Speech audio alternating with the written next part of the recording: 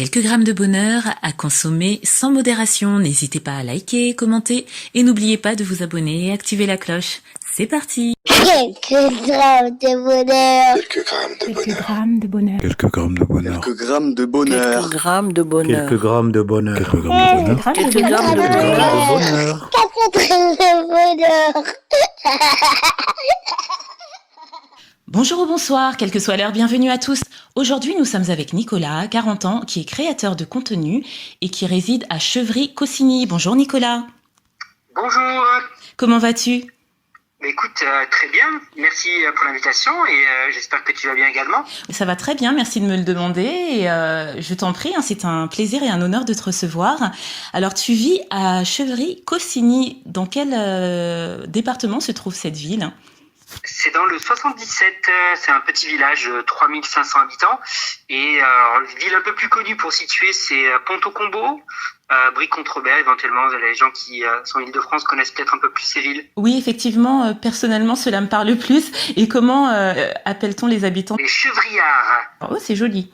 Les Chevriards. Voilà. Donc, on a zappé le Cossigny pour privilégier le mot Chevry. Très bien, mais merci pour l'information. Comme c'est en deux mots, c'est Chevry-Cossigny, parce qu'il y a une petite commune à côté qui s'appelle Cossigny qui est rattachée à Chevry. D'ailleurs, on dit en abrégeant, on dit souvent j'habite à Chevry, mais bon, bref, on s'éloigne. D'accord, un grand bonjour aux habitants de Chevry-Cossigny. Et sinon, tu es créateur de contenu. En quoi consiste ce métier, en quelques mots ?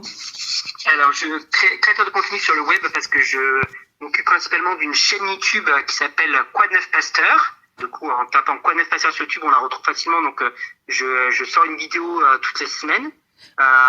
Donc, voilà, créateur de contenu pour ça. Et puis aussi, j'ai une deuxième émission qui s'appelle Du nouveau dans l'air, ou cette fois-ci qui est consacrée aux artistes francophones, artistes chrétiens francophones, donc pour faire découvrir les artistes chrétiens francophones au travers de cette chaîne YouTube également, et tout ça au sein du Top Chrétien, donc que ce soit Quoi de neuf Pasteur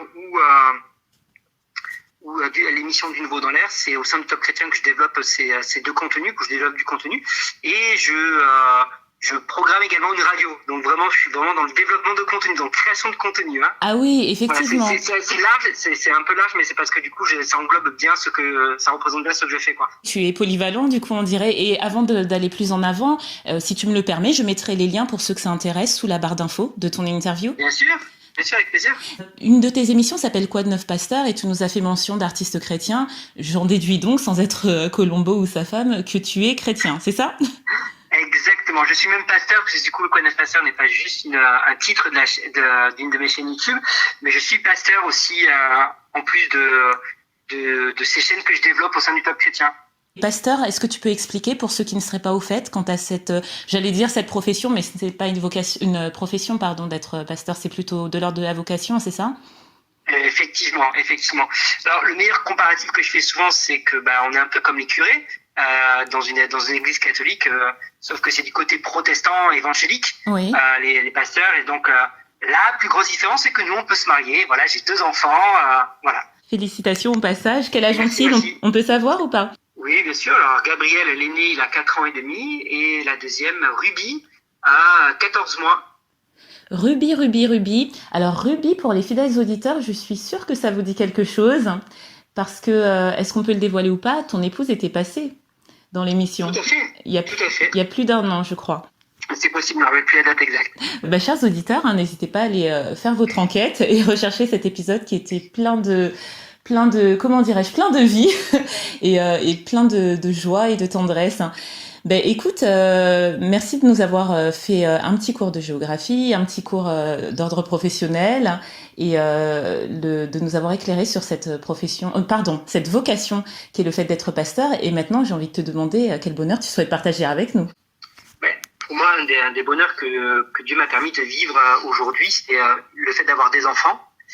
Donc du coup, Gabriel et Ruby. Et c'est quelque chose de très fort pour ceux qui ont des enfants, peut-être qui comprendront. Et pour ceux qui n'en ont pas, je vous souhaite de pouvoir en avoir un jour. Je suis pas quelqu'un de très émotif de manière générale. Oui. Ma femme vous le dira, que je suis pas quelqu'un qui verse la larme facilement, elle me reproche d'ailleurs souvent d'être un peu en manque d'empathie. C'est vrai que voilà, bon, c'est un peu moi, c'est vrai. Quand j'ai eu mes enfants, c'est comme si ça me réconciliait avec mes émotions. Et ça a été très fort, la naissance de mon fils. Ça a vraiment été une avalanche d'amour dans ma vie.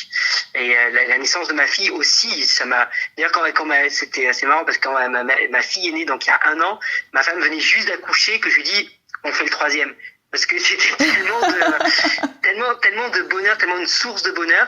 Et c'est vrai que, bon, c'est pas toujours facile d'avoir des enfants parce que ça change notre vie, ça change notre programme, ça change nos habitudes. Mais c'est une véritable source de bonheur. Et moi, je remercie vraiment Dieu de nous avoir donné 2 enfants aujourd'hui. Waouh, quel bonheur! Alors, si tu le permets, on va revenir un peu en arrière parce que je saisis l'occasion d'avoir le point de vue d'un homme sur certains points que tu viens d'évoquer, à savoir le manque d'empathie, parce que beaucoup de femmes se plaignent de cela vis-à-vis de leur homme. Est-ce que c'est vraiment un manque d'empathie ou un manque de démonstration d'empathie? Est-ce que tu peux nous éclairer là-dessus, déjà? Oula, là, ça fait déjà beaucoup de nuances à apporter, là. En fait, je pense qu'en tant qu'homme, on est souvent très focalisé à projet, d'une part, et on a un peu le syndrome souvent du sauveur. Donc nous, on a besoin d'action, on a besoin de mission, on a besoin d'objectifs, et on prend pas souvent le temps de se connecter forcément avec nos émotions. Ça passe ou ça casse, quoi. Allons-y, quoi, on fonce, quoi. Et du coup, je pense que c'est pas tant le temps de démontrer, et je pense qu'il y a un peu aussi le fait de démontrer son amour, parce que c'est vrai qu'on grandit avec ce côté, t'es un garçon, tu dois pas pleurer, on nous rabâche assez souvent, t'es un homme ça pleure pas, etc.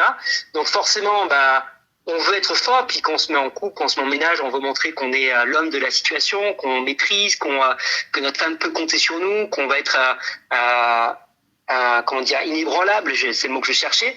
Donc forcément, on a tendance à étouffer nos émotions, on a tendance à les retenir souvent, Oui. parce que on veut montrer qu'on est fort et que qu'on pourra faire face à la situation difficile qui arrive. Et souvent, je pense que du côté masculin, montrer ses émotions, c'est un peu un signe de faiblesse. Oui. Et à tort, évidemment à tort, hein, mais c'est tout un travail à faire pour réussir à passer cet a priori, à passer cette culture. Je pense que c'est une culture chez l'homme, hein, une culture masculine de montrer ses émotions, c'est un signe de faiblesse. Et c'est justement moi, quand ma femme a accouché, quand j'ai vu mes enfants pour la première fois, quand je les ai tenus, là, il y a plus de tu dois être homme fort ou quoi que ce soit, t'as juste le bonheur qui jaillit au visage, et tu retiens plus tes émotions, quoi. Ah, et justement, tu as fait une belle transition pour moi, parce que je voulais savoir, tu as parlé de ce bonheur ressenti quand tes enfants sont venus, mais déjà, est-ce que dans l'attente, tu réalisais quand ils étaient, pour le premier, parce que bon, le deuxième, on conçoit un peu plus la chose concrètement, mais est-ce que pour le premier, quand l'enfant était dans le ventre, tu commençais déjà à réaliser que tu allais être père? Est-ce que c'est au moment où il est né? Comment ça s'est passé dans ta tête? Non, c'est vraiment au moment où il est né, quoi. Je pense que ça se passe vraiment différemment pour les femmes, parce que vous le portez, vous le sentez, il bouge à l'intérieur de vous. Alors nous, on a beau mettre la main sur le ventre, on sent les petits pieds de temps en temps, c'est marrant, c'est fun, sauf que nous, c'est de temps en temps. Vous, les femmes, vous le portez H24 en permanence pendant 9 mois. Alors vous ne sentez pas pendant 9 mois, mais quand même, il y a un changement dans votre corps pendant 9 mois, donc c'est complètement différent. Nous, ça prend effet vraiment au moment où le bébé sort, et où c'est concret, quoi. Ouais. Là, c'est concret, il est là, quoi. Et ça mène vraiment un changement radical du jour au lendemain, quoi. Waouh! Et tu as mentionné, tu as remercié le Seigneur. Alors, pour ceux qui seraient athées ou autres, je ne sais pas pourquoi tu remercies le Seigneur pour ses enfants, parce que c'est toi et ta femme qui les avez conçus, en fait. Pourquoi remercier le Seigneur? Parce que pour nous, en tant que croyants, nous croyons que Dieu est la source de tout, de toute chose, et notamment la source de la vie.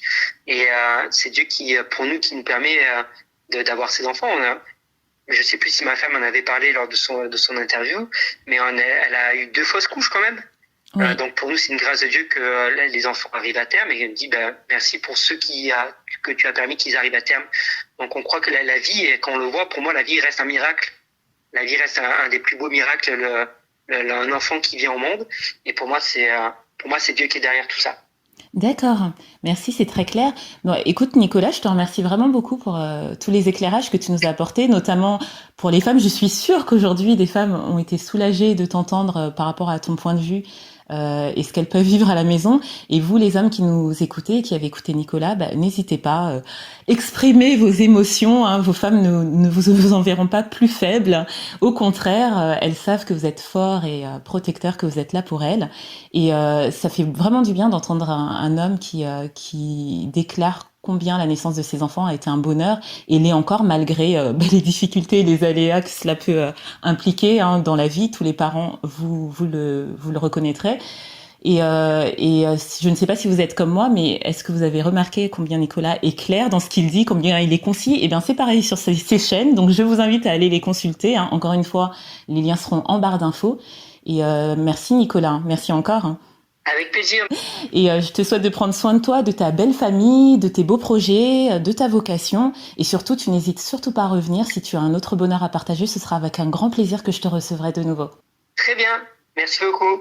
À bientôt. Et n'oubliez pas, vous autres, le bonheur aussi léger soit-il n'est jamais loin. Alors sachez le voir, vous en saisir et l'apprécier. À bientôt. Quelques grammes de bonheur. Quelques grammes de bonheur. Quelques grammes de bonheur. Quelques grammes de bonheur. Quelques grammes de bonheur. Quelques grammes de bonheur. Quelques grammes de bonheur. Quelques Quelques grammes de bonheur. 4 grammes de bonheur.